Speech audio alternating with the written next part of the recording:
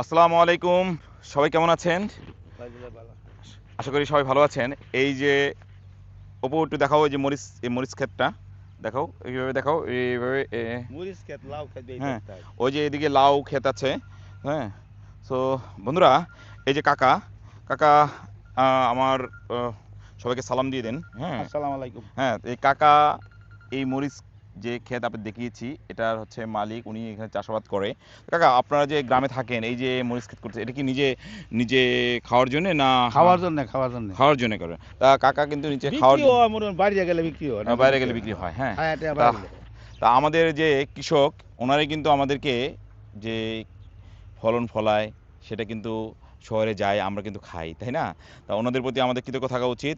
So কাকা, আমাদের জন্য দোয়া করবেন, আপনাদের জন্য দোয়া আমার। হ্যাঁ, আচ্ছা, সো বন্ধুরা, পরবর্তী কোনো ভিডিওতে আবার দেখা হবে। এখনকার মতো বিদায় নিচ্ছি। আসসালামু আলাইকুম।